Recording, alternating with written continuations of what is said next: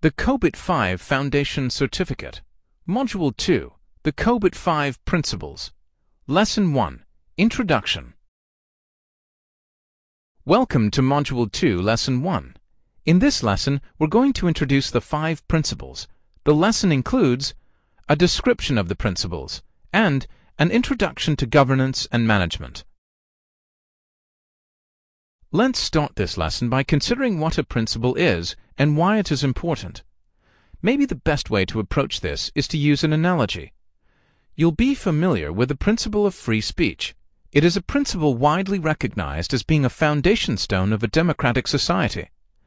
That principle guides and informs the behavior of governments, government bodies at all levels, and government officials, whether elected or appointed. Laws and regulations are enacted to support and promote this principle. The 5 principles of COBIT 5 relate to governance and management in a similar way that the principle of free speech relates to a democratic society. They are the bedrock on which good governance and management rests. The 5 principles underpin the COBIT 5 framework and provide overall guidance in the design and operation of a governance and management system. The diagram on your screen shows the 5 key principles that COBIT 5 identifies as being key to the successful governance and management of enterprise IT.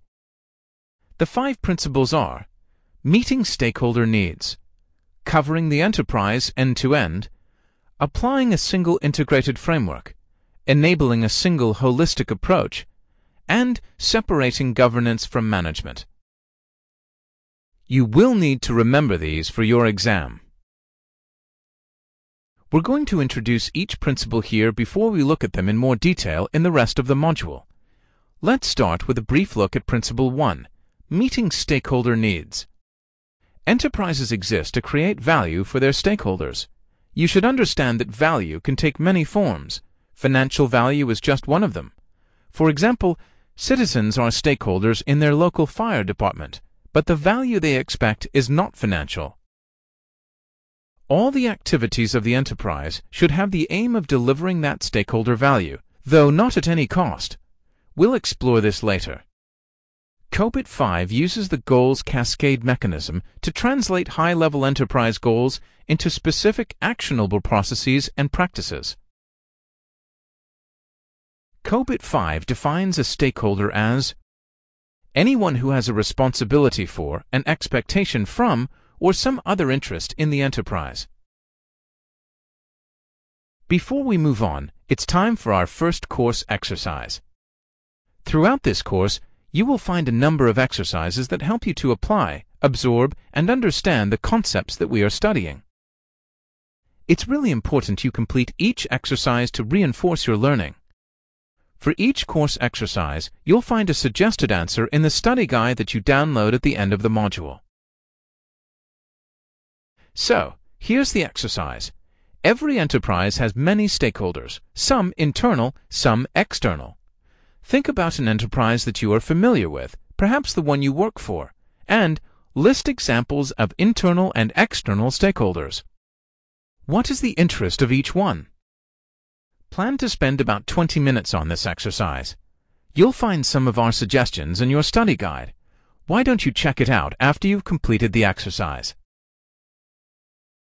Principle 2 is covering the enterprise end-to-end.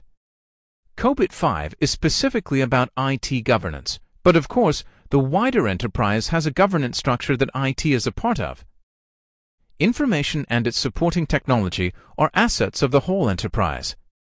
The governance and management of these assets are therefore a concern of the whole enterprise. The COBIT 5 framework is not limited to the IT function and its staff. For example, non-IT staff may have roles within the processes described by COBIT 5. Similarly, the scope of the enablers is not internal to IT.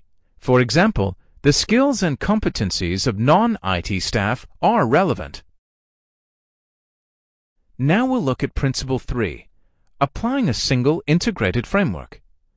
The COBIT 5 framework provides the means of drawing together the advice and guidance provided by complementary frameworks and standards. Principle 4 is enabling a holistic approach. We have already mentioned the COBIT 5 processes, and you may have learned about some of them from COBIT 4. But processes alone are not sufficient. The diagram on your screen shows 7 elements that COBIT 5 identifies as being essential for good governance and management. COBIT 5 calls these enablers.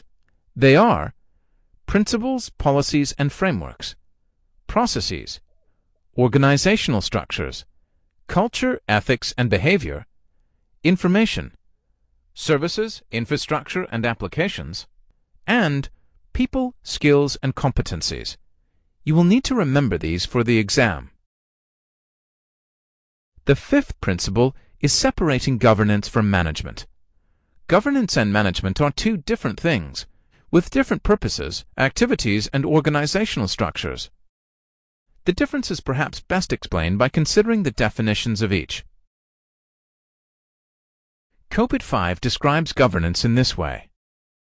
Governance ensures that stakeholder needs, conditions, and options are evaluated to determine balanced, agreed-on enterprise objectives to be achieved, setting direction through prioritization and decision-making, and monitoring performance and compliance against agreed-on direction and objectives. COBIT 5 describes management in this way. Management plans, builds, runs, and monitors activities in alignment with the directions set by the governance body to achieve the enterprise objectives. Put simply, governance is about what the enterprise should be doing. Management is about how it should do it and then doing it. In a commercial enterprise, governance is usually the concern of a board of directors led by a chairperson. In this course, we'll use the term governors to refer to those who are accountable for the governance of an enterprise. Management is usually the responsibility of an executive body led by a CEO. In this course, we'll refer to this group as the executives. Okay, that completes the lesson. This lesson introduced the 5 principles of COBIT, including governance and management. Before we complete this lesson, here's a quick quiz to test what you've learned. At the end of the quiz, you'll receive your result and can try the questions again if you would like to.